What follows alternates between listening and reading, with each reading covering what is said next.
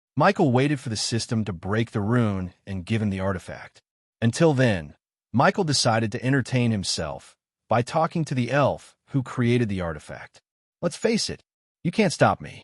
You're just a sliver of soul," exclaimed Michael. Gaia lowered her bow and started to chuckle. "Look at this elf. He seems mad at us. If you wanted your chosen one to get the artifact, you should have done a better job hiding it," Nightmare commented. "You can't use it, human," snickered the elf. "If you seriously believe that, you're in for a shock," Michael smiled. "You kind of always been the vermin of out the world. Always take things you don't deserve." The elf looked disgusted. Judging by his tone and words, it was evident the elf hated humans to the core. "So the chosen one is an elf?" Michael tilted his head. "He's not a human. He's a god." The elf expected the human before him to be shocked and surprised. Instead, he saw him burst into laughter. "Don't tell me it's for the god of light." Michael air quoted the words god of light. The elf was surprised. Michael couldn't believe he had stumbled upon something meant for the god of light. "This day keeps getting better and better," Michael laughed. "So now I'm not only getting the artifact, but I'm also taking something from him, you know, the god of light?" The elf asked. Although he was just a sliver of soul awakened by Michael when he touched the rune, the elf still possessed the intelligence he had when he was whole. "You can say that," said Michael. "Then you should know the danger our world is in right now. Do you know what would happen if this artifact falls into the wrong hands?" asked the elf. "Didn't you say I can't use it? So what's there to worry about?" "No one can use it anyways," Michael shrugged. "What's happening?"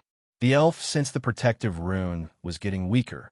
His mind went blank, as it shouldn't have been possible. When the elf noticed the grin on the human's face, he was stunned.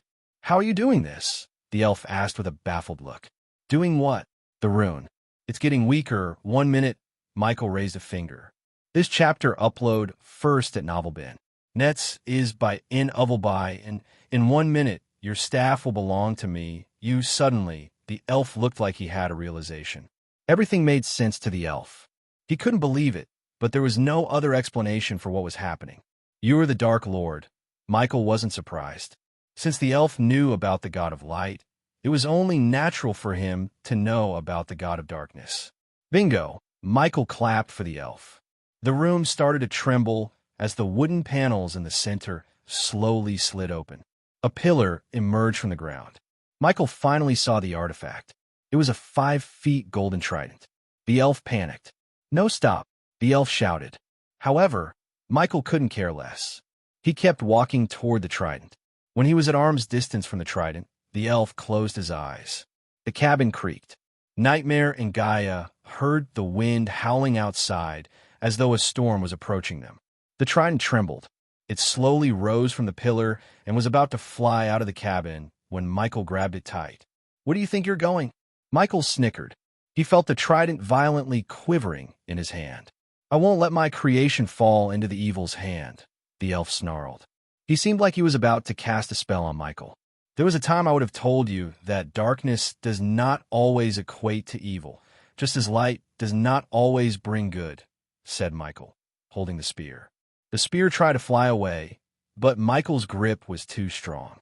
"If taking this trident and breaking the curses put on innocent people by your kind is being evil, I don't give a damn about what you think." The veins on Michael's hands popped up. The trident trembled violently as the elf tried to make the trident fly away from Michael. "Let my staff go," the elf shouted. His thundering roar obliterated the cabin walls. Nightmare and Gaia stumbled back due to the force. However, Michael remained still. The only difference was the area became darker. The elf couldn't believe his eyes. Everything around him grew darker and darker.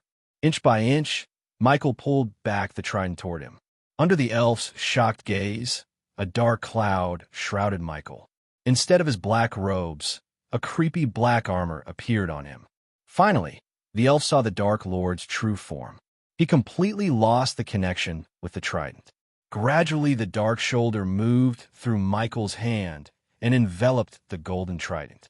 "No, no, no, no," the elf mumbled. Panic struck his heart. He was helpless and powerless to stop the Dark Lord. A few seconds later, the trident completely disappeared from sight. "What did you do?" asked the elf with a terrified face. "It belongs to me now," Michael's demonic voice echoed through the forest. The elf floated backward in terror. "Now, it's time to end your pathetic existence." Without giving the elf any time to react, Michael dashed toward him. He immediately cast the Soul Eater. The elf felt a strong force pulling him toward the Dark Lord. He tried to resist, but the force was too much. Standing a few meters away from Michael, Gaia and Nightmare saw the elf's ghostly figure slowly turning into a cloud of smoke. This smoke flew straight into Michael's mouth. "No!" The elf screamed in agony. It didn't last long as the elf completely faded away from sight. "We didn't even know who he was," said Gaia. "There was no need," answered Michael. A smile emerged on his face, looking at his status. The Curse Breaker. He had acquired a legendary skill. With this, he could break any curses put on people. "It's time we get out of this place. The novel will be updated first on this website. Come back and continue reading tomorrow, everyone." Chapter 685. Breaking Eve's curse after taking the artifact and absorbing the elf's soul, Michael had enough badass points to buy a teleportation scroll. He used it to escape the treacherous ocean. Finally, Michael reached the outskirts of the treacherous ocean. Hovering in the air, he could see the Rainbow Islands on the horizon. He wanted to visit Layla, but he chose not to. Meeting them would endanger the whole island. His war with the Sky Hall had nothing to do with innocent people living on the island. From the outskirts, Michael just had to use the runic teleportation to reach the Voldegard castle. The people of Voldegard were busy fixing the broken walls and roofs in the castle. Heavy snowfall blanketed everything. It was knee-high as soldiers had to float above the snow to save time. Some of the servants who were sitting atop the roof, fixing them with nails and hammers, saw Michael, Gaia, and Nightmare in the air. "Master Ghost is back," the servant shouted. Everyone looked up at Michael. Without uttering a word, Michael flew straight into the castle. As he reached the hall, Michael saw the Voldegard family gathered in the hall. He saw Jennifer, Lord Julian, and Lady Astrid with several elders of the family. Lord Julian sensed Michael's presence. He quickly averted his gaze toward Michael. "Master Ghost," said Lord Julian. A strange expectation emerged within his eyes. Lady Astrid welcomed Michael with a bright smile. Jennifer, on the other hand, looked surprised. She wondered why Michael was here instead of in Amazaroth. Michael glanced at the elders, who looked somewhat bewildered. They opened and closed their mouths as though they had something in their mind to ask Michael. Miss Elia, Nightmare, Lady Astrid embraced Gaia in a gentle motherly hug. "We'll talk later." Lord Julian dismissed the elders. They all slightly bowed toward Michael before leaving the hall. "Please make yourselves at home." Lady Astrid gestured at them to sit on the sofa. "Where is Eve?" asked Michael, plunging onto the sofa beside the fireplace. "Eve!" Lady Astrid called out for Eve. "Jenny, go bring your sister to us," Lord Julian asked Jennifer. She nodded and climbed upstairs to meet Eve. "Eve said you went to Maze Roth," said Julian. "I did. Apparently, there is nothing much to learn in Maze Roth. So here I am," said Michael. He was nonchalant. "So about Eve, have you dash? Why do you think I am here?" Michael cut short Julian's words. "I can lift the curse now." Michael's words brought them both shock and delight. Astrid's eyes immediately watered up. Until recently, she didn't know the elves put a curse on Eve. She believed Eve had no talent for reaching the soul-refining stage. To be honest, she couldn't believe even when she told them about the curse. But Julian and Eve believed it was the truth. Hearing that Ghost could lift the curse, the father and mother brimmed with joy. It took Jennifer a minute to bring Eve. "Ghost!" Michael looked up at the stairs to see Eve gracefully walking down. Despite the cold weather, she was sweating. Judging by the smudges on her face and the war hammer in her hand, he could tell she was training as usual. "What are you doing here?" asked Eve. "Nice to see you too, Eve." Gaia rolled her eyes. Eve sighed with a smile. "I thought you were in the Maze Roth. I was..." Once again, Michael had to repeat the same words he had said to Julian. This chapter upload first at NovelBin. If you want to read more chapters, please visit Novel Next. To experience faster update speed, continue reading on NovelBin. Let's not waste any time. Michael stood up. "Lord Julian, do you have a secure room?" Lord Julian immediately bobbed his head up and down. "Follow me." Lord Julian and Astrid paced toward a private room in the castle. They used this room for important meetings and conduct shady deals. "What's going on?" asked Eve. "I'm going to lift the curse on you." Eve was shocked, and so was Jennifer. Unlike Eve, Jennifer researched a lot about curses when Eve told her about curses. According to various ancient texts and books, curses were a kind of rune. Some elven rune masters specialized in curses. It wouldn't be an understatement to say each prominent elven family had a rune master who could curse their foes. But putting a curse on people was not as simple as casting a spell. The rune master had to get close to the victim, and it would take time to place the curse. In Eve's case, the Fylvander family pretended to check Eve's cultivation talents and put a curse on her soul instead. Poor Eve didn't have any idea that they cursed her. "I read only the one who put the curse can lift it," said Jennifer while following Julian and Astrid. "Don't believe everything you read," said Gaia. Jennifer did not question Ghost. She had seen him overcome the odds against the plague. If he could lift the curse on her sister, Jennifer would be eternally grateful to Ghost. Eventually, they reached an empty room with no windows or glass whatsoever. Except for the round table in the middle, there was nothing. "Eve, come forward." "Others step back," said Michael. Julian and Astrid held each other's arms tightly. Their bodies shivered, and their eyes glimmered with concern. He took a deep breath. Since this was the first time using the curse breaker, Michael was unfamiliar with the procedure. He just placed his hand on Eve's forehead. "Close your eyes," said Michael. He made up this procedure. Michael then willed the system to scan her body. He felt a new sensation. Using the curse breaker was as easy as breathing. When he touched Eve, he sensed a powerful vibration in her body. Soon, this vibration turned into a scream. Michael focused on the scream. The scream sounded louder and louder to the point his head began to ache. Unlike them, the others noticed Eve's body trembling. A gust of wind breezed around her, making her hair flutter in the wind. Under their gazes, a thin layer of light emerged on her skin. Finally, Michael grabbed the source of the scream with his mind. The curse breaker felt like an extension of his arm. He grabbed the curse in her soul, a strange rune pulsing within her body. It attached itself to Eve's soul and suppressed the soul's power, hence stopping her from reaching the soul-refining stage. Under Michael's grab, the rune shattered. As a result, everyone in the room felt a powerful surge of energy around them. "Ah!" Eve roared. "Eve!" Julian and Astrid shouted. They tried to dash forward, but Gaia stopped them. Don't. The energy surge lasted for a few minutes. Then, the bright light around Eve finally began to dim. Open your eyes, said Michael. Eve slowly opened her eyes. She felt lightweight, as though something heavy had been lifted off of her. This chapter upload first at NovelBin. Net SSNOV Lbin. Is it done? Eve asked. You are curse-free, smiled Michael. In a blink of an eye, Eve's family dashed forward. They surrounded her. Julian and Astrid embraced her tightly. To Michael's surprise, Jennifer grabbed his arms. Her eyes welled up. She was on the verge of crying. Thank you. Jennifer squeezed Michael's hands. No need to thank me. She's my friend, Michael smiled. He patted Jennifer on the shoulder. Letting the family have some time alone, Michael walked out of the room with Gaia and Nightmare. He returned to the hall and sat on the sofa, enjoying the warmth of the fireplace. That went smooth, said Nightmare. Jay leaped onto Michael's lap, circling himself into a ball. You know we can turn this into a service. Charge millions to lift curses, Gaia pitched her idea. Yes, but it will unnecessarily put us in a bad light with the elves. We have to use this power with caution.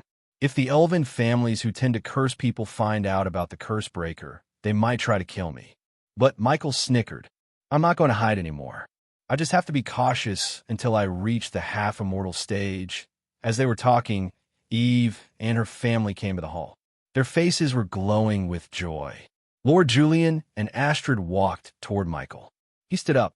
Master Ghost, take this. Lord Julian extended a golden parchment toward Michael. What is it? Michael asked, taking the parchment. He opened it up. The parchment contained words written and signed by Julian. It was a deal to hand over the floating mountain to Ghost. The same floating mountain Michael fought the fusion stage Reaper. Although Michael liked that floating mountain, he felt reluctant to take it. After all, Michael helped Eve because she was his friend. For the first time since he came to this world, he did something without expecting something in return. One could say this was Michael being a goody two-shoes. We are giving it to you. Don't be rude. Accept it. Eve came to Michael's side. She punched Michael on the shoulder. Gaia peeked over Michael's shoulder to see what was written on the parchment. A few moments later, she got so excited. Of course, she didn't show the excitement on her face, but deep down, she was bouncing in joy. Moreover, she had already formed several plans to transform the barren, floating mountain into their own fortress. Are you going to take it or not? Eve asked with a stern voice. Do I have a choice? Michael smiled. No, then I will take it, said Michael. As expected, Julian threw a grand feast for Michael, and Astrid made Michael eat up to his throat. Everything went great and joyful until the end of the feast when Eve took out a parchment from her space ring. She tossed it toward Michael. Take a look at it, said Eve. Julian once again dismissed everyone in the hall, including Jennifer. Michael noticed the grave looks on their faces. He then slowly opened the parchment. Dear Voldegards, the great kingdom of Thusia has declared war against your friend Ghost. If you aid him in any way against Thusia, you will suffer the wrath of the whole kingdom. You've been warned. War Council of Thusia. Michael clenched his fist. However, it didn't surprise Michael much. In fact, he expected Thusia to make their moves against his allies. Unfortunately for Thusia, their tactics wouldn't work on Michael because Michael didn't plan to use his allies against Thusia. Instead, he would use Thusia's enemies against them. Chapter 686. Heavenly Tribulation. I don't know why you have an axe to grind with Thusia, but I am coming with you, said Eve. She was so calm and casual, like she was going on a vacation. No, you're not. Michael shook his head. It's between Thusia and me. I won't put you and your family in danger. He was adamant about not involving his allies in the war between him and Thusia. The only allies he would use were the kings who was already at war with Thusia. Michael wanted to dismantle everything Maxim Barnes built brick by brick. Out of the question, Ghost. You saved my life, and I want you to keep it. If you want to help me, go to Bradford and keep those people safe. Michael's voice was domineering, like a god. Under his tone, not only Eve, everyone in the room shuddered. He's right. If they target Bradford, we need someone we can trust to save those people, said Gaia. For a few long moments, Eve thought about this. Finally, she sighed. Judging by Michael's look, he He wouldn't take her with him. She knew that. Hence, the only way to help him keep the people of Bradford safe. It wasn't fighting alongside Ghost, but it was better than nothing. I need a safe place, said Michael. Isn't this a safe place? Eve tilted her head slightly. No. Michael's answer shocked everyone. Eve creased her brows. I'm going to trigger the heavenly tribulation, Eve. As soon as these words escaped Michael's mouth, their minds went blank. All of them looked startled to the core. Silence fell over the hall. The firewood crackled under the scorching heat of the fireplace. Everyone remained silent until Eve's words cut through it. You're going to reach the half-immortal stage. Julian was unable to believe the words he's been hearing. In his life, he had never heard someone as young as Ghost breaking through to the half-immortal stage. He couldn't even remember the last time someone triggered a heavenly tribulation. If his memory served him right, it had been 200 years since a human reached the half-immortal stage. It's dangerous, Ghost. Are you sure you want to do this? Eve asked in a gentle tone. Her eyes glimmered with concern for Michael's life. If you're worried about my life, don't. I'm not going to die. I just need a safe place for 5 days. During these 5 days of heavenly tribulation, the slightest disturbance can result in catastrophe. Hence, my need for a safe place. Now that you're pissed off Thugia somehow, they will definitely use this opportunity to end you, said Eve. Michael liked Eve more and more. She didn't even ask why Thugia wanted to kill him or the other way around. Without knowing the reason, Eve stood beside him. To Michael, it felt like she was meant to be his side. I have a place in mind. Now that Lord Julian and Lady Astrid gave me the floating mountain, I can make use of it. Care to tell us where this safe place is? Asked Eve. This chapter upload first at NovelBin. Net, if you want to read more chapters, please visit NovelNext.com to experience faster update. Speed new novel chapters are published on NovelBin.com. The Holy Church, said Michael. The last time Michael checked, he was an ally to the Holy Church. Although the Holy Church was still in a growing phase, it wasn't weak either. The Holy Church had a good relationship with the Empress and the Golden Princes. Therefore, any kingdom would think twice before acting against the Holy Church. Even the Guardian Guild didn't dare to be disrespectful toward the Holy Church. The Holy Church believed Michael was a strong believer. Michael didn't think they would say no if Michael asked for a safe haven. Michael slowly rose from his sofa. It's time for me to go meet His Holiness in the church, said Michael. Knowing the graveness of the matter, none of the Voldegards dared to stop Michael. Before that, I have one more thing to do, said Julian. Let's fly to the floating mountain. It'll accompany you too. Eve decided to join Michael and Julian. So, taking the protector of the Voldegard along with them, Michael, Gaia, Nightmare, Eve, and Julian flew to the floating mountain. It took them almost an hour to reach the mountain. The lonely mountain hovered in the air. Snow blanketed everything. Even the waterfall was frozen and looked like a glacier. The remnants of the battle with the Fusion Stage Reaper were still visible. The ground had deep webs of cracks. The party slowly landed in the middle of the barren mountain. In Gaia's eyes, she could see a towering fortress atop the floating mountain. She couldn't wait to transform this barren, floating mountain into the world's first floating fortress. Master Ghost. Lord Julian extended his arm toward Michael. Michael grabbed his arm. Lord Julian closed his eyes as Michael felt a tinge of electricity passing through his arm. Does the host wish to take the floating mountain as your base of operation? Asked the system. Yes, Michael confirmed in his head. It's done, said Lord Julian. Michael felt a strange connection with the mountain. He pointed his finger as the floating mountain trembled before slowly floating forward. Lord Julian and the protectors were stunned to see the power of Michael. Although Lord Julian was a fusion stage cultivator, he couldn't move the mountain without the help of the protectors. They all needed to work together and use their combined energies to move the mountain. However, Michael did that single-handedly. After exchanging pleasantries for a few more minutes, Lord Julian and the others prepared to leave the floating mountain. But before Eve could ascend to the sky, Michael called out for her. Eve nodded at her father, wordlessly telling him to go first. Michael looked up at Eve. A gentle smile, hiding grave concerts, appeared on Michael's face. Whatever happens, whatever people say about me, I always thought of you as my friend. I had no ulterior motives for helping you, Eve. Why are you telling me this now, Ghost? Eve furrowed her brows. She was about to descend when Michael disappeared from her sight, along with Gaia and Nightmare. Once the floating mountain completely disappeared from their sight, Gaia asked, "Why did you say that to Eve?" Ask Gaia. This chapter upload first at NovelBin. Net new novel chapters are published on NovelBin. Come, I feel like I can't pretend to live two lives anymore, Michael sighed. He had this eerie feeling for some time. Even though he did everything in his power to hide his other identity, some things weren't in his control. His instincts had never betrayed him. And this time, they were telling him to fully embrace his Dark Lord persona instead of living as Ghost in the day and the Dark Lord in the night. He felt the two identities were stopping him from reaching his full potential. The mental pressure to keep his identity hidden was getting higher and higher. As a result, he started to make mistakes. After all, Michael was not a perfect human being to not make any mistakes. Even if our identities get exposed, I just hope the people who helped us won't get in trouble with the Guardian Guild and the Sky Hall, said Nightmare. His thoughts were no different than Gaia's. She was worried about the Sunrise sect and everyone in it. Do you have a plan for them? Asked Michael. Why do you think I allied myself with the Holy Church?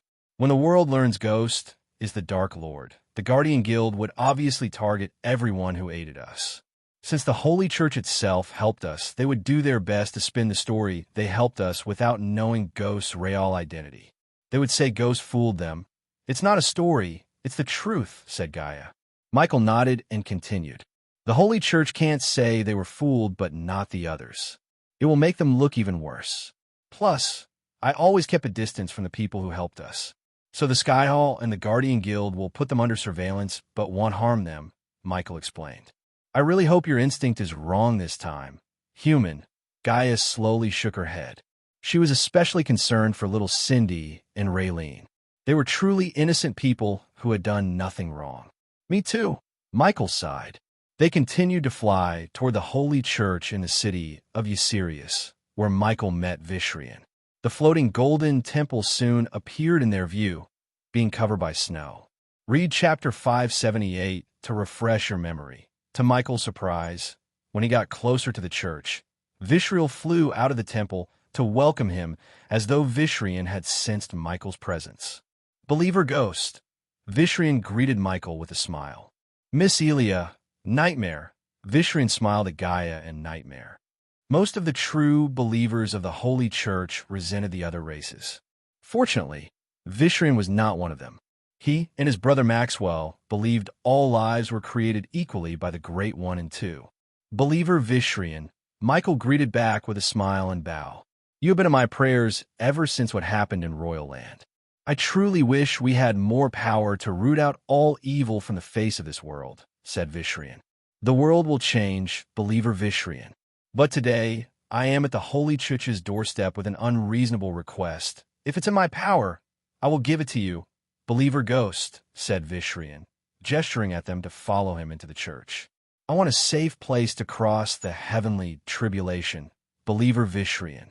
Vishrian landed on the doorstep of the Holy Church with a dumbstruck look on his face. Just like anyone else, he couldn't believe Ghost was on the verge of breaking through to the half-immortal stage. Of course, everyone thought the youngest to reach the half-immortal stage would be the wielder of Angels Vina, Layla Alden. But never in a million years, one thought she would be surpassed by Ghost. I have to talk to His Holiness, but I don't think he would say no to a true believer when he's in need of a safe haven. Michael was glad to hear Vishrian's words. On the other hand, Gaia had difficulty controlling her urge to laugh at the Holy Church. Michael was fooling them to the core. The novel will be updated first on this website. Come back and continue reading tomorrow, everyone. Chapter 687. Heavenly Tribulation 2. The Holy Church's interior was completely made of gold. Even the benches were pure gold. Michael was dumbstruck by the show of wealth. The hall resembled a typical church's interior on Earth. At the end of the hall, statues of the sun and moon erupted to honor the Great One and Two. The Holy Church believed the Great One was the sun, and the Great Two was the moon. Vishrian asked them to wait and pray to the Great One and Two while he asked permission to offer a safe haven to Michael from His Holiness. He wasn't the same as Holiness Michael met on royal land. Michael and Gaia pretended to pray by kneeling before the Great One and Two. For some reason, Michael had a strange feeling when he knelt down. He felt like something inside him was telling him not to kneel down before anyone. He was a god, after all. But Michael did not listen to this feeling. If kneeling down would save his life, he would rather kneel down than die on his feet.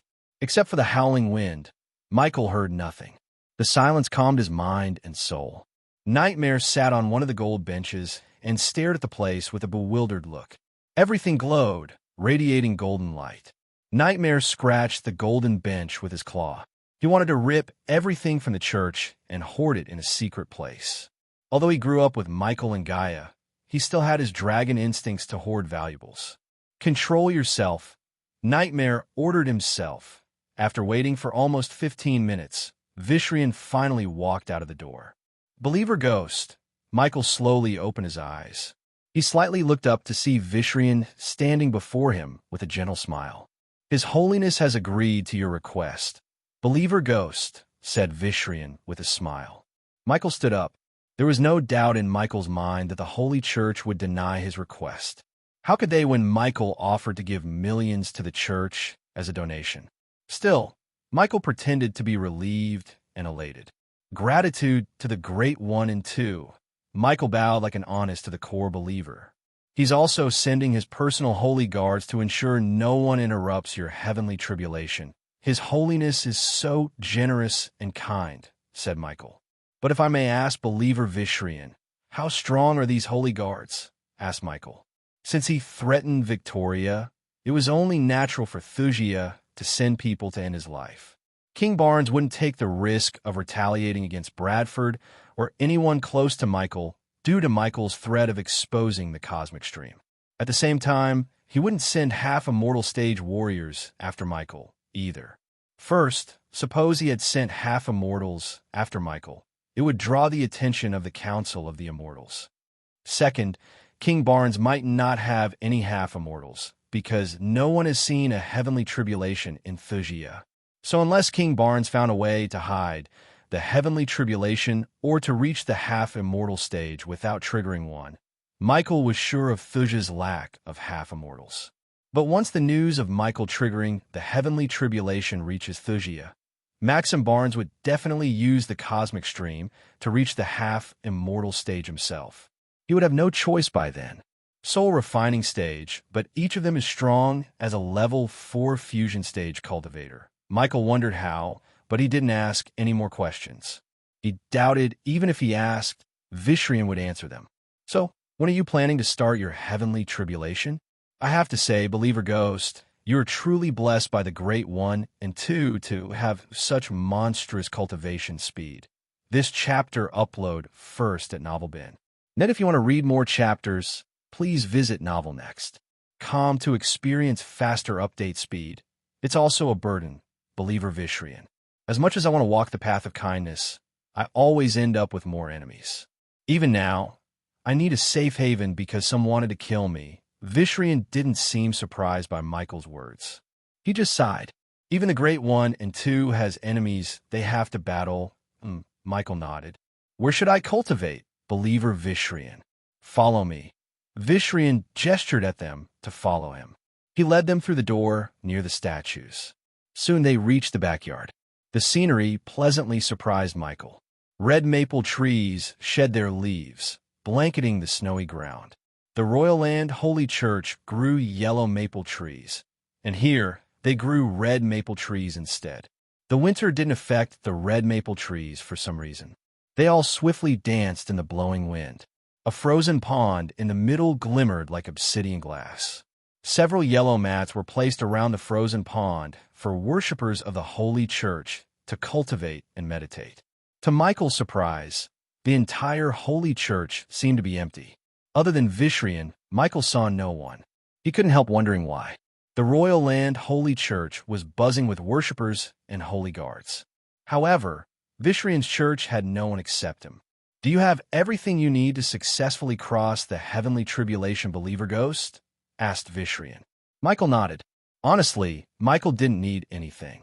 In stark contrast, the cultivators of this world needed several artifacts, pills, and potions to increase their chances of survival. In Michael's case, he only needed 5 days of time. During these 5 days, the system would reconstruct his body and soul cell by cell. Then, there is no time like the present. But if you want to wait till the holy guards reach here, feel free to meditate under the red maple shade. It will soothe your soul and mind, said Vishrian. Michael thought about it for a moment and ultimately decided to start breaking through without waiting for the holy guards. I would like to start now. Believer Vishrian, Novel B. Com Vishrian nodded. I'd give you some time alone and go check on the runes one last time. Vishrian disappeared from the backyard, leaving Gaia and Nightmare alone with Michael. Take this. Michael flicked his wrist as several golden scrolls materialized in his hand. Bring the protector of Voldegards and all our allies in Elon, said Michael as Gaia nodded. But do not ask anything about your mother to the Cain family elders until I am done with tribulation. Got it. This chapter upload first at Novelbin. Net Gaia was reluctant, but in the end, she agreed. Before I go, Gaia stepped closer. She hugged him tight before placing a gentle kiss on his lips and forehead. It'll be fine, said Michael with a gentle tone. Although Gaia seemed normal, Michael noticed the concern in her eyes. She was hiding it well, but Michael knew her too well. He waited until she disappeared into the cloudy sky. Let's begin. Michael took a deep breath. He walked toward one of the mats and sat in a meditating position. System, it is time, Michael said to the system. Are you sure, host? Surprisingly, the system questioned Michael. It even sounded a little bit worried. I am. The host cannot use the system for 5 days. The host will be conscious but unable to move your body. The host's protective spells will not work during these 5 days, the system informed Michael. It was indeed a risk to start the tribulation. Yet Michael chose to do it because it was time to destroy Thugia. He would have been far safer in Maze Roth if it wasn't for Wulfric. According to Gaia, when a cultivator triggers the heavenly tribulation, the energy fluctuations would create a violent storm. As a result, streaks of lightning would strike the area the cultivator was. To successfully reach the half-immortal stage, the cultivator needed to survive this barrage of lightning strikes. Many believed luck played a big role in the heavenly tribulation. They weren't wrong. If a cultivator didn't have good luck, he would get struck by lightning continuously and turn into ashes. Thanks to the system, Michael didn't need to rely on luck. However, Michael wasn't clear about his heavenly tribulation. He doubted his would be similar to the rest of the world. And 0VL next. Coem showing all the thoughts to the back of his mind. Michael drew several deep breaths. Finally, he closed his eyes. Everything became dark. He felt tingling electricity running down his spine. Seconds passed, and those seconds turned into minutes and minutes to hours. He emptied his thoughts, calming his mind. After an hour, Michael heard murmurs around him. People were gasping in shock. He could hear them. Soon, their words became inaudible due to the rumbling thunder and howling wind. Every time he heard a thunderclap, the ground beneath him shook. At that moment, Gaia hovered in the air far enough for Michael and the Holy Church to see his figure. To her surprise, several prominent figures from the Aur continent appeared near the Holy Church. Shock and surprise were written on their faces. It was obvious they didn't expect such a young man to trigger the heavenly tribulation. She could even see elves and dwarves among the crowd. Their numbers increased with the passing minutes. As promised, the Holy Guards guarded Michael at a safe distance. The sky above Michael slowly darkened as streaks of purple lightning flashed across it. Many among the crowd, especially cultivators with white hair, looked particularly stunned. The reason was they had seen heavenly tribulations before, but they had never witnessed the storm appear on the very first day of the tribulation instead of the 4th or 5th day. Gaia and Nightmare looked worried, although Michael reassured them. As they were witnessing the heavenly tribulation, there was a battle going on far away from the Holy Church. The battle was between none other than Diana and the 5 fusion stage cultivators of Thusia, who were sent by Maxim to kill Michael. Chapter 688. Rowena meets Harry Hunt. While Michael was facing the heavenly tribulation, Diana interrupted the 5 fusion stage cultivators sent by Maxim Barnes. The 5 men were dressed in complete crimson-red robes with hoods and cloaks to cover their faces. As usual, Diana was in her black armor, carrying the 2 black swords. Facing Diana, the 5 cultivators hovered in the air, far away from Michael. Even from a mile away, they could see the raging storm and crazy lightning streaks in the distance. Just as King Maxim sent a warning letter to the Voldegards, he sent one to Winston's family. As soon as Diana read the letter, she came to Aur through a teleportation gate. Judging by her son's nature, she knew he wouldn't put Voldegards in danger by staying with them. So the next option for him was to use the Holy Church as his safe haven. Hence, Diana stayed close to the Holy Church, expecting trouble. "Who are you?" asked one of the 5 warriors. They were all at fusion stage level 6, as Diana had reached fusion stage level 2. But she had an advantage over them, thanks to the primordial flame she wielded. Moreover, Diana had far more battle experience than the 5. "Turn back and leave," Diana coldly said. Normally, Diana would have killed the 5 without a second thought. The situation was anything but normal. She didn't want their battle to cause a disturbance to the heavenly tribulation. Until her son crossed the tribulation, she wanted to keep the enemies as far as possible. But deep down, she knew they wouldn't back down. They primarily came here to disrupt the heavenly tribulation and, thus, killing Ghost without a fight. "We don't know or care who you are. Take your own advice and leave this place." His life ends today. One of them slowly floated forward. His eyes glimmered with killing intent under the cloak. "Lady, you are outnumbered.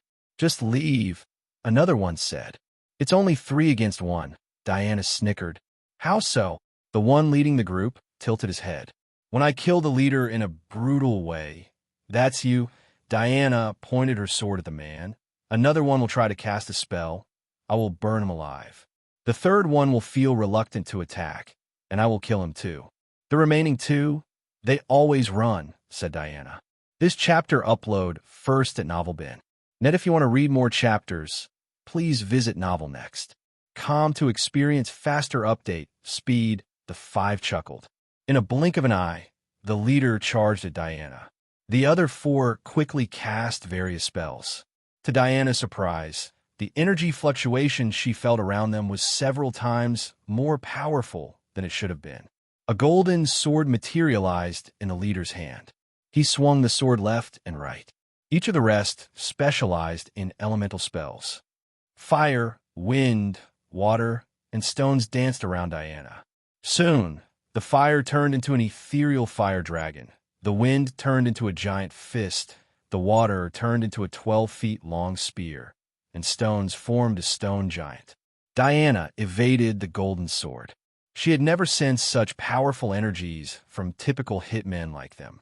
It was certain they weren't using celestial energy, as the energy Diana felt was several times more powerful than celestial energy.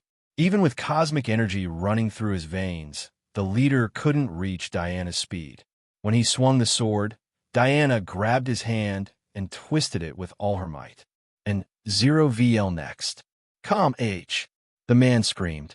He was too arrogant to cast a defense spell around him. Meanwhile, the fire dragon soared through the sky with its mouth wide open to swallow Diana. She quickly grabbed the leader and flew away from Michael's direction. After realizing these 5 were using much more powerful energy, Diana didn't hold back. She immediately conjured the light flame. The bright light blinded the 5 and raised the temperature around them by several degrees. They all felt the smoldering heat from the flames. Diana squeezed the leader's throat, opening his mouth forcefully. Diana willed the light flames to condense into a tiny ball. The 5 of them slowly opened their eyes as the brightness dimmed from the flames. The moment they opened their eyes, they felt a chill running down their spines. They saw the lady sending the ball of fire down their leader's throat. The man couldn't scream, but wiggled his body like a fish out of water. His throat melted as hot butter. Soon, blood spurted out from his throat to his stomach, but the blood evaporated due to the intense heat.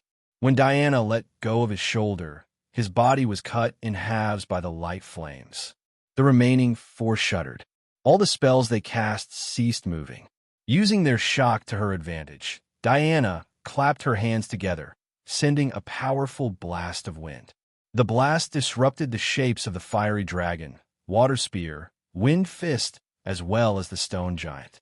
She followed her blast of wind with a beam of light flames.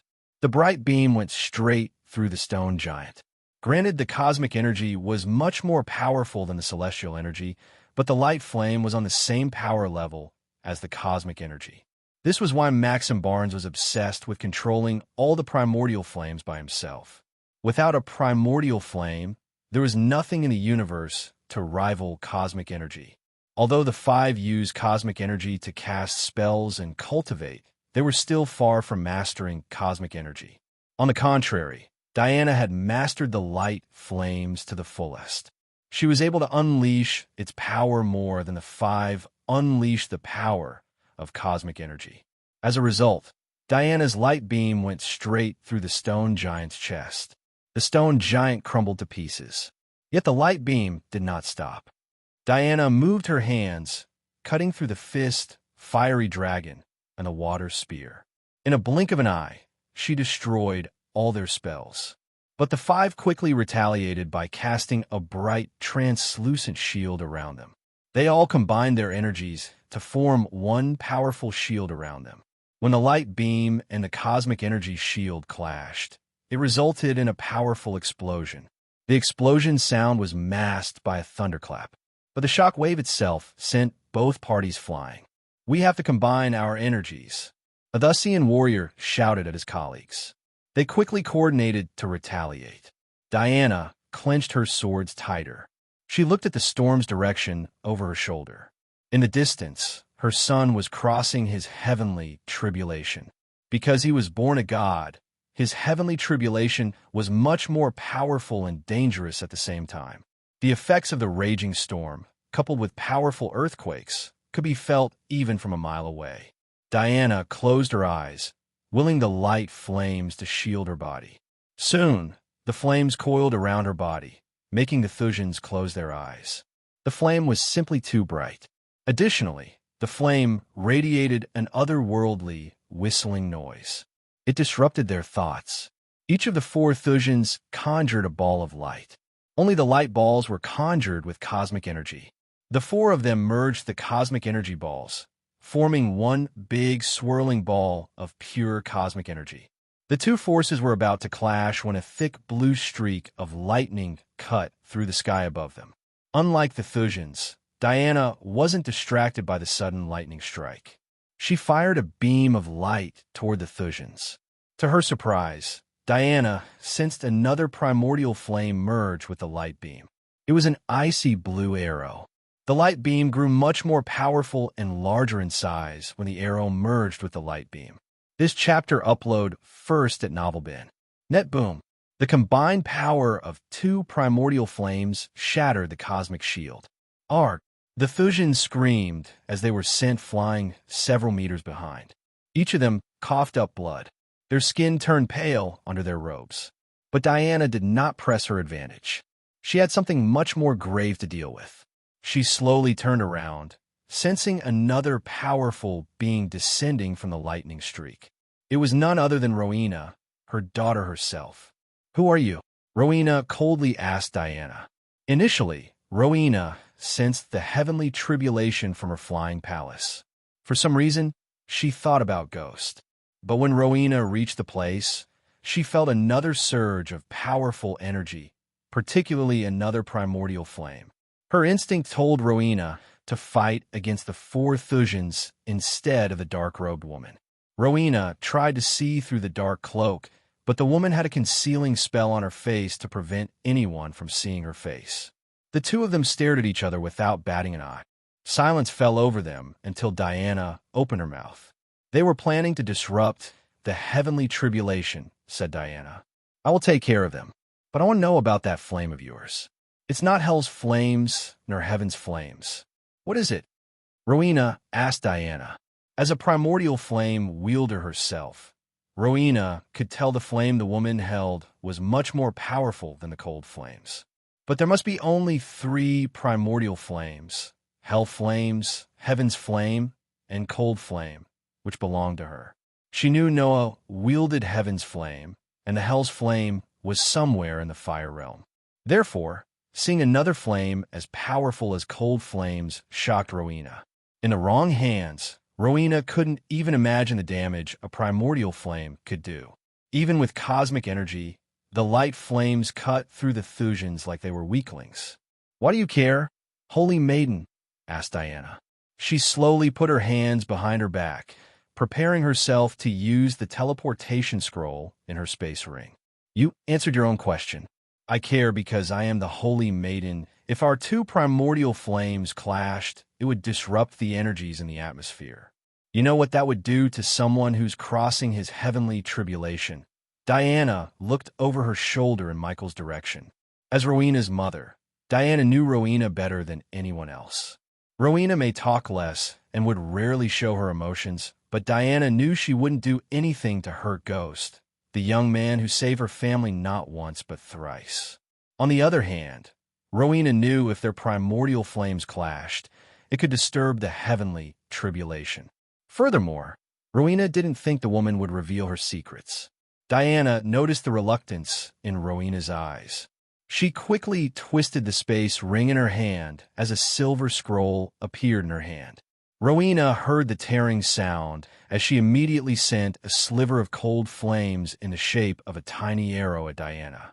The cold flames grazed Diana in the hand before she disappeared from the area. Chapter 689. Maxim Barnes angered the remaining 4 Thusians, emptied vials of healing potion into their mouths. After Diana disappeared, they seemed a bit relieved. But their relief was short-lived. Rowena slowly floated toward them. "Whatever problem you have with Ghost, it can wait till he finishes his heavenly tribulation," Rowena coldly said. "But if you try anything funny, I will personally visit Thusia with the army of Skyall. Do you understand?" The Thusians were stunned. They couldn't tell how Rowena managed to know they were coming from Thusia. The Thusians were in a messy situation. On one hand, they were ordered to kill Ghost. On the other hand, they drew the attention of the Holy Maiden herself. The Thusians didn't know the relationship between the Holy Maiden and Ghost. But, judging by her tone and look, she wasn't kidding about visiting Thusia with her army. Finally, they just heaved a sigh and flew away from the area. After their figures disappeared into the cloudy sky, Rowena flew toward Ghost. She was shocked by Ghost's cultivation speed. Even she was nowhere close to breaking through to the half-immortal stage. Furthermore, Rowena wondered who the black-robed woman was and why she was helping Ghost. Their decision to wear black seemed more than just a coincidence to Rowena. As Rowena flew toward Michael, she noticed more and more people appearing in the sky out of thin air. They all teleported from all parts of the world to witness the heavenly tribulation with their own eyes. Among the people, there were some familiar faces like Golden Valley Victoria, Morningstar Evan, elders of Aragoth, and surprisingly, her father Ethan himself. "Father!" Ethan's body jerked in surprise. He turned around to see Rowena floating toward him. "What's my pretty girl doing here?" Ethan asked Rowena with a grin. Behind his grin, Rowena noticed a bit of concern. "How'd you come here?" asked Rowena. "Teleportation. How else? Olivia was kind enough to let us use the teleportation gate of Aragoth." Ethan looked at Olivia, who had just joined Gaia and Nightmare. "Olivia? The same girl we looked for Noah?" asked Rowena as Ethan nodded. "Don't you remember Noah broke the marriage?" "She was in love with someone else," said Ethan. "So tell me, Father, what are you doing here? Isn't it obvious? I am here to see the heavenly tribulation just like everyone else." For some reason, Rowena felt like Ethan was only telling her a partial truth. "Where is Mother?" asked Rowena. "Home. Look who came down from her palace." This chapter upload first at NovelBin. Net, if you want to read more chapters, please visit Novel Next. To experience faster update speed, Rowena and Ethan suddenly heard a playful voice. They turned around and saw Sabrina. She was with a couple of her friends. Just like everyone else, Holy Trident Academy sent their students and elders to witness the heavenly tribulation. Sabrina tightly hugged Rowena. "Oh, I missed you so much." Sabrina squeezed Rowena. Afterward, she hugged Ethan. Her friends looked a bit nervous around Rowena because she was a pinnacle of existence, the Holy Maiden. They didn't know how to act before Rowena. Ignoring the nervous gazes, Rowena focused on Ghost. The sky above him turned almost pitch black.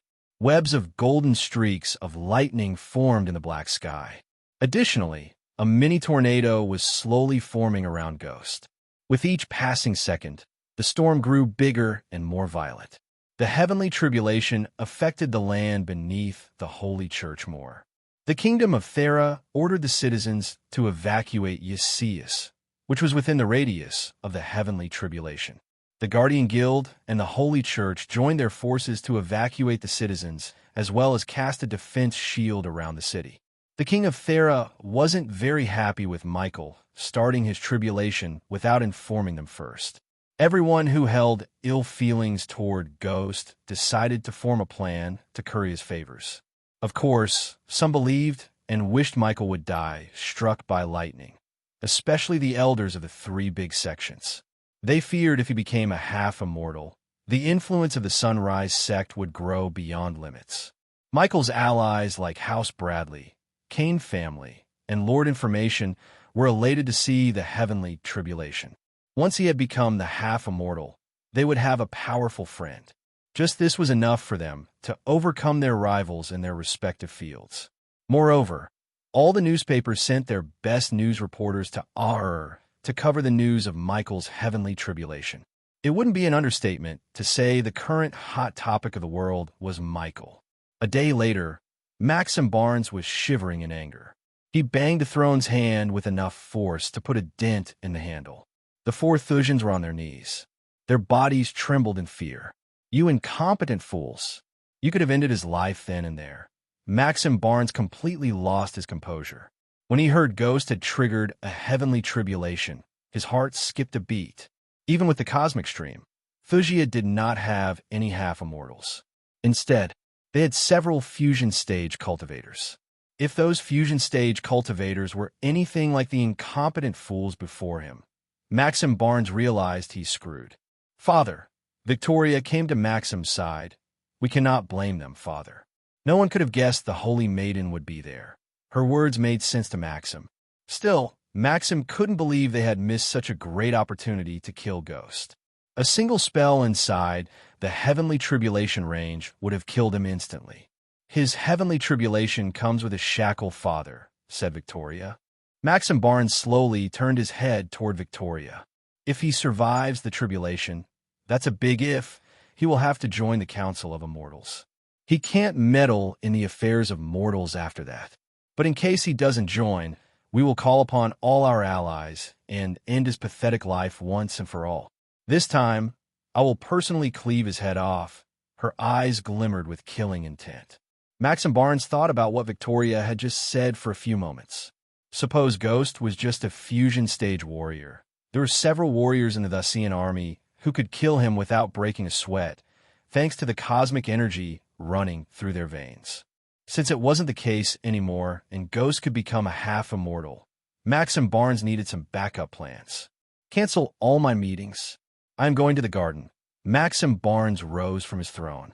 Hearing his words, Victoria creased her brows. She took a step forward, placing her hand on Maxim's shoulder. "Father, are you sure? Is this the right time?" asked Victoria. The garden was none other than the sanctuary where the cosmic stream is. The Thusians built a portal connecting the castle to the sanctuary, so whenever they wanted to use the cosmic energy, they just needed to step into the portal. "Do not question me," Maxim snarled. Victoria quickly took a step back and bowed. "Forgive me, my king. This chapter upload first at Novelbin. Net asterisk asterisk asterisk asterisk asterisk asterisk asterisk asterisk asterisk asterisk. Meanwhile, Edith and Layla stood on the castle balcony, watching the city below them. Despite the heavy snowfall, The villagers and soldiers moved like ants through the stone pavements. Many were gathering firewood to survive the cold nights, while the soldiers pulled several giant war machines, such as trebuchets, catapults, and cannons. They weren't preparing for the battle against Ghost, but to attack their nearby kingdoms. Max and Barnes used fabricated maps to claim the nearby lands belonged to Thusia. When the nearby kingdoms refused to surrender the lands that rightfully belonged to them, he waged war against them. It was not the only tactic Max and Barnes used to wage war, but one of them. Most of the soldiers and citizens didn't even know a bigger threat was on its way to Thusia. They didn't even know about Ghost's threat. Instead, the citizens were busy with their day-to-day life. After Thusia's initial overwhelming victory against the two kingdoms, the citizens believed no one in Azair could rival them. The Thusians weren't wrong. After stealing the cosmic energy, Max and Barnes built an elite unit of soldiers under General Booth's command. These elite soldiers were powered with cosmic energy. As a result, they destroyed everyone who stood against Thusia. Max and Barnes invested all the wealth from the conquered kingdoms in his army, making them overpowered. It wouldn't be an understatement to say Thusia had the deadliest army in Elon and Azair. But no matter how powerful their army was, they weren't a match for a half-immortal. Layla. Edith slowly stepped toward Layla, who was calmly staring at the citizens from the balcony. "You look worried," said Edith. "I am. You don't have to worry about me, Layla." Edith gently placed her hand on Layla's shoulder. "I'm not worried about you, Edith." Then, Edith tilted her head. "I am worried about them." Layla's gaze swept across the kingdom and its citizens.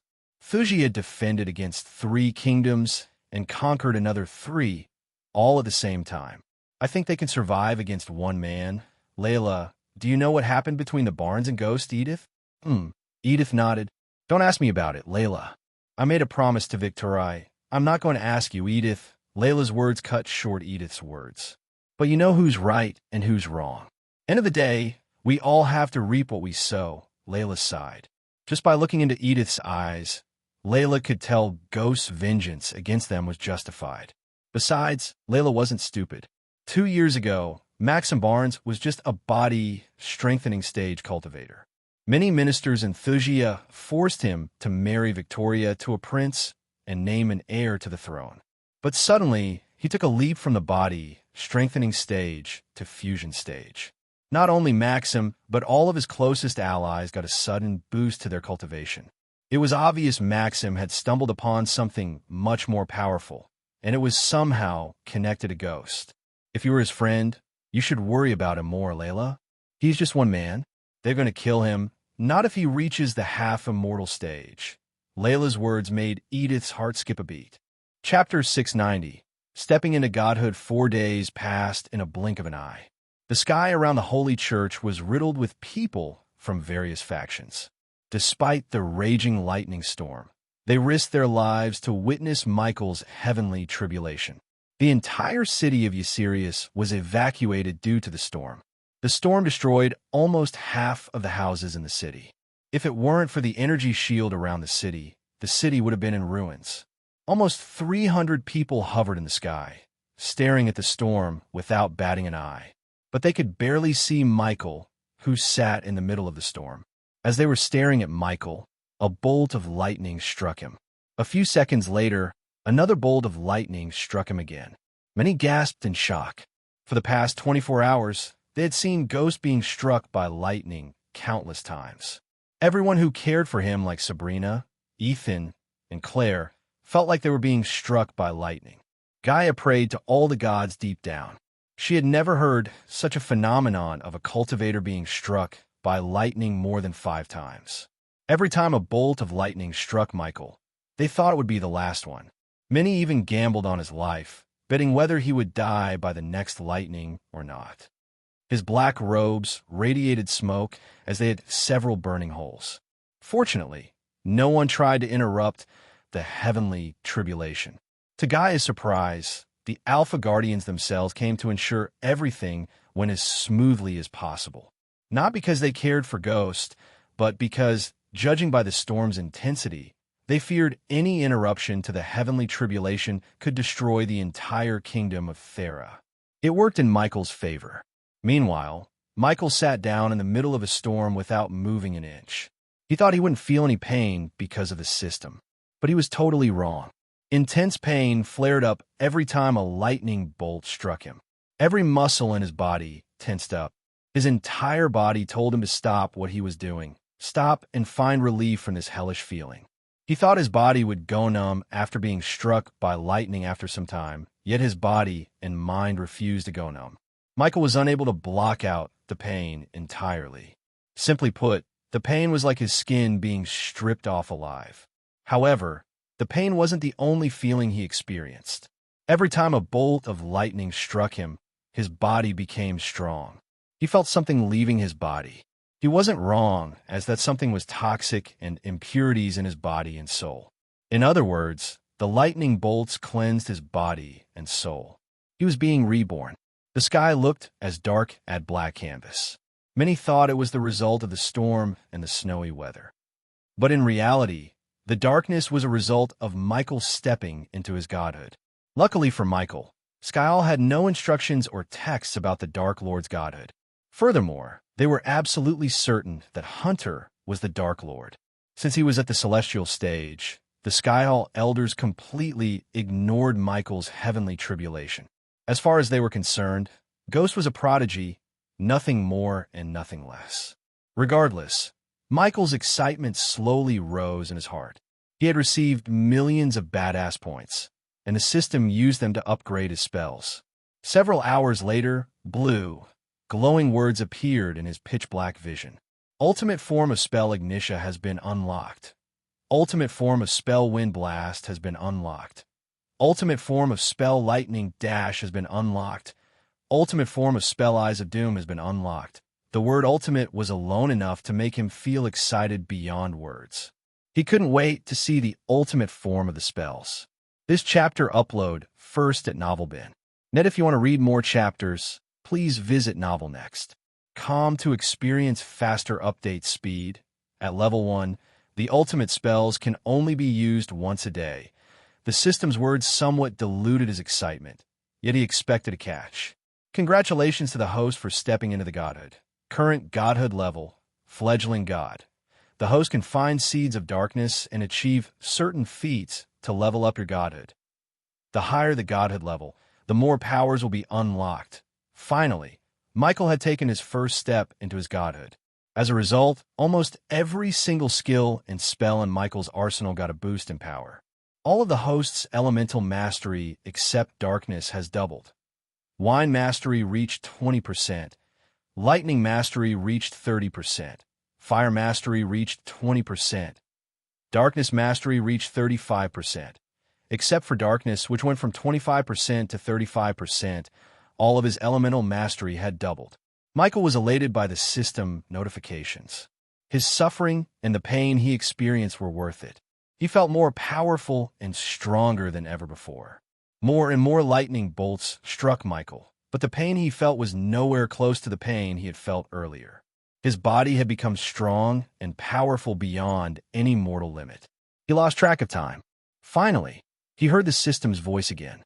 Congratulations to host for reaching the half-immortal stage level 1. This chapter upload first at NovelBin. Net Michael heaved a sigh of relief in his mind.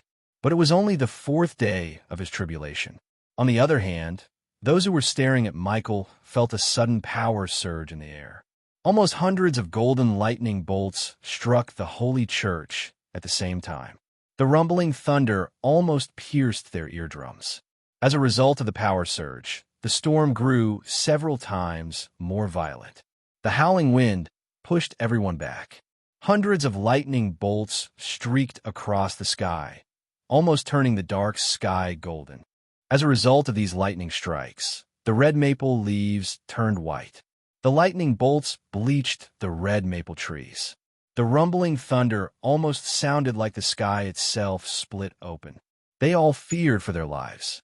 Even the fusion stage cultivators flew a mile back from the storm. The phenomenon continued for almost 5 hours. Afterward, the lightning bolts disappeared from the sky. Instead, the pitch-black sky and raging storm completely enveloped the holy church. None of them could see what was happening inside the storm. His heavenly tribulation caused the ocean surrounding Ar to become unstable and prone to violent waves. Gigantic tsunami waves rushed toward the land from all directions. Even the Golden Princess and court mages of the Empress herself came out of seclusion to cast energy barriers around the continent. Some of the peasants who witnessed these giant waves, trembling ground, and dark sky thought it was the end of the world. One couldn't blame them. After all, anyone would freak out when the day suddenly turns into night. Inside the storm, everything turned pitch black. The only source of light inside the storm was the glowing runes around Michael and on the Holy Church building. If it weren't for these runes, the gravitational pull would have stripped the maple trees and the church itself off the ground. Soon, seconds turned into minutes, and minutes turned into hours. When the final day of his tribulation arrived, every single kingdom in the Ar continent felt the effects of his tribulation. There was no one in Ar who didn't hear the rumbling thunder and see streaks of lightning in the sky. "Novel been its time," Nightmare said to Gaia. It had been 5 days since Michael triggered his heavenly tribulation. Gaia and everyone noticed the storm slowing down. The dark storm clouds gradually passed away, letting the light pass through the sky. Eventually, they were able to see Michael's silhouette in the middle of the storm. Ethan and Sabrina heaved a sigh of relief. Michael slowly opened his eyes. His skin and hair glowed. In a few seconds, his short hair grew several inches to reach his lower neck. Coupled with a stubble beard, Michael looked dashing. The tattered robes vanished in a thin air, and instead, new black robes enveloped his body. As usual, he wore a long black coat with matching black pants. The coat was etched with a silver lining and made of thick fabric. Instead of a black turtleneck, Michael chose black leather armor with protective chest plates. Finally, he completed his wardrobe with black boots and tactical fingerless gloves. Michael's gaze swept across the sky. He noticed hundreds of cultivators staring at him. Without making them wait any longer, he slowly ascended to the sky. Novel Top 1. Or G. Everyone remained still in fear. A half-immortal was a pinnacle of existence who could end their lives with a single spell. Plus, no matter how many spells they could cast, they wouldn't be able to kill him, even if they all attacked him together. As expected, Gaia and Nightmare were the first two to fly toward him. When they reached him, their eyes went wide. Gaia's jaw dropped a few inches down. They were different from the rest. The cultivators who saw Michael were beyond shocked. They couldn't believe what they were seeing. He wasn't at the half-immortal level 1, but level 3. The system harnessed the power of the lightning using the energy devourer. As a result, he was able to jump from level 1 to level 3 in one go.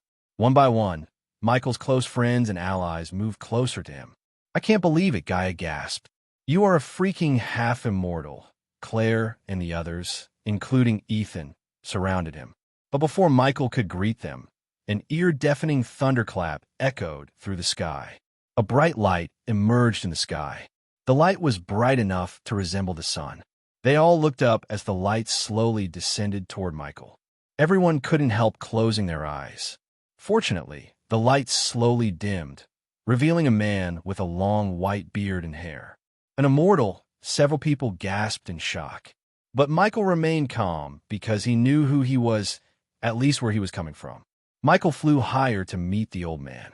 The man looked at Michael with a gentle smile. Yet behind that gentle smile was a sliver of shock. "Young man, I am here to take you to the Council of Immortals." The old man's calm voice sounded like a giant bell. "You're tuning into the Romance Rendezvous YouTube channel. We're so grateful for your support, and don't forget to subscribe to join us on this incredible journey through captivating stories. Your generosity through donations truly makes a world of difference, as it's the primary source of revenue that allows me to expand and enhance this channel for you. Thank you from the bottom of my heart for being a part of this adventure.